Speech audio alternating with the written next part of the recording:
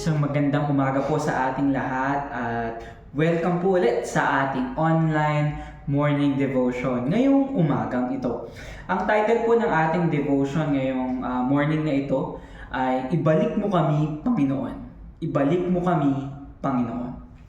Ang ating talata po, ang ating scripture ay matatagpuan sa Awit 80 verses 8 to 19. At ito po ang sinasabi, inalis mo sa Ehipto ang isang punong ubas, itinanim mo ito matapos palayasin ang mga bansa.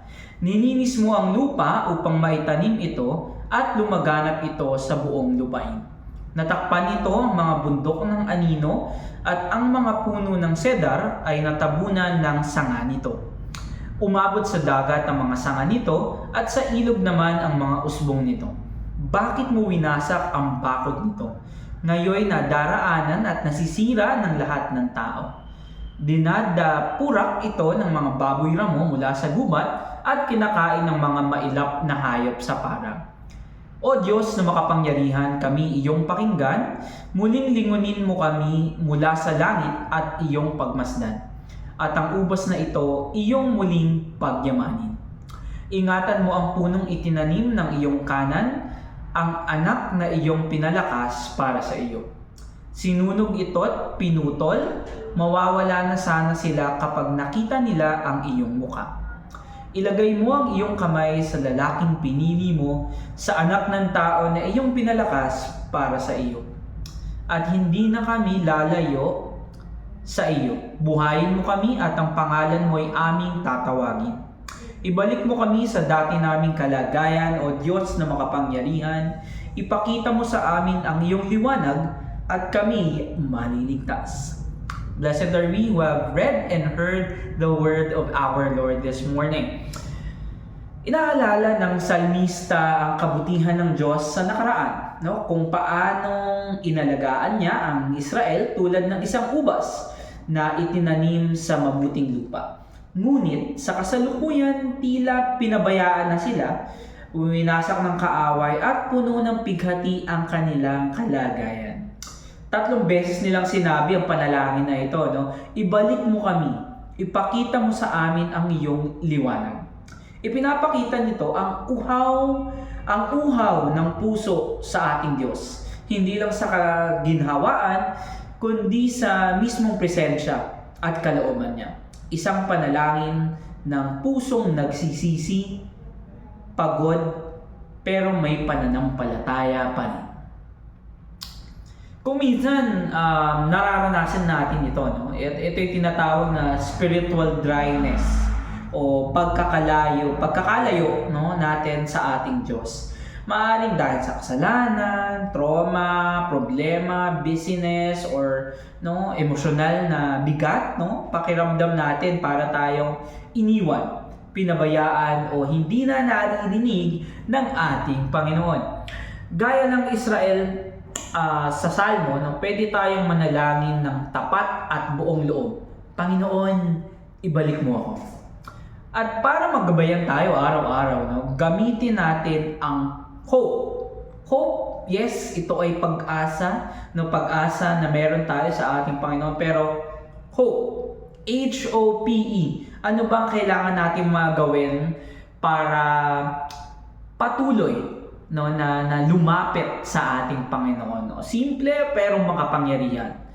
Simulan natin ng H. Hear God's call to return. H. Hear God's call to return. Pakinggan ang paanyaya ng Diyos na lumapit muli sa Kanya. Kapag may pagkakataon tayong mag-devotion or ito, online morning devotion na ito, pero mas pinili mong mag-scroll sa social media, pagising mo, imbes na manood tayo ng devotion na ito, nag-scroll ka muna sa social media, Facebook, IG, X. Ayan. Pero lagi natin tandaan, lagi natin pakinggan, anak, ako muna. God speaks through conviction, peace, or that quiet nudge. Makinig ka. Okay? So, for example, marami sa atin, nagbi-binge watch tayo late at night, K-drama, pelikula, anime, Netflix, Disney Plus. No, pero lagi diyan maliit na boses. Anak, pray muna. No? Hindi yung guilt trip, no? Hindi tayo gini-guilt trip ng ating Panginoon. No, it's just grace calling us back. No, na kahit anong gawin natin, no, lagi nating dapat uunahin ang ating Panginoon. Oh, open your heart to Him. Open your heart to Him. Maging tapat sa Kanya kahit ang laman ng puso mo ay galit, lungkot o pagod. Kung may stress ka sa trabaho, conflict sa pamilya, or pagod ka emotionally, pagod sa pag-aaral, huwag mong itago sa Diyos. No, ilabas mo sa panalangin. Let's say you got into an argument with a loved one and you feel guilty and distant from God. No, instead of saying, parang ayoko i-share kay Lord, nakakahiya kasi nag-aaway kami ng kaibigan ko, nag-aaway kami ng asawa ko, nag-aaway kami ng boss ko. No, imbes na sabihin mo na nakakahiya yun, no? Lord, ito ako, sira, makasalanan, pero gusto kong bumalik. That's openness. That's healing. P. Pray for restoration. So, pray for restoration. Manalangin hindi lang para gumaan ng pakiramdam, kundi para ibalik ang init ng relasyon sa ating Diyos. No, so make it a habit to say short restoration prayers throughout the day. So, paano ba tong short restoration prayers, no? Parang ito yung sinasabi sa purpose-driven life, yung breath prayers.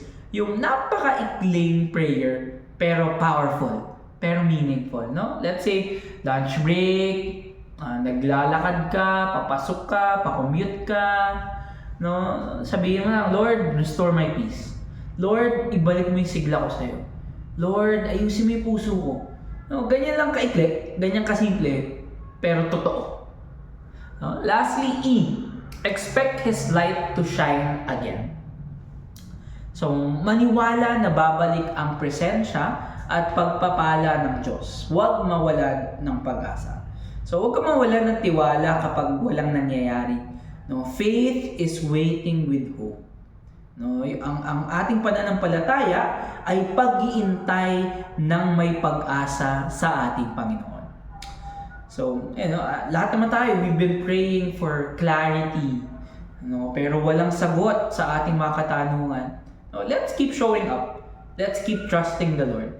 No, Lord, hindi ko man makita ang sagot ngayon, pero umaasa akong lalabas ulit ang liwanag. Para sa ating very short reflection question as we end our devotion for this morning, ano ang isang parte ng buhay mo ngayon na gustong ibalik mo? Na gusto mong ibalik sa Diyos? No? Ito ba yung puso mo? Ito ba yung pag-asa mo? Yung pananampalataya mo? Yung relasyon mo? No? At syempre, mabigat na tanong sa ating lahat, no? Handa ka bang bumalik, magtiwala at maghintay sa kanyang liwanag araw-araw? Tayo po lahat ay manalangin. Panginoon, ibalik mo ako, turuan mo akong makinig sa iyong tinig. Buksan ang aming mga puso, manalangin ng tapat at umasa sa iyong liwanag. Sa bawat araw, hila mo kami, hilahin mo kami pabalik sa iyong presensya. Salamat dahil hindi ka sumusuko sa amin. At sa aming pansamantalang pag-iwahiwalay, Panginoon, ikaw ang magsilbing gabay at kalakasan namin sa araw na ito. Ito lamang ang aming samot dalangin sa pangalan ni Jesus.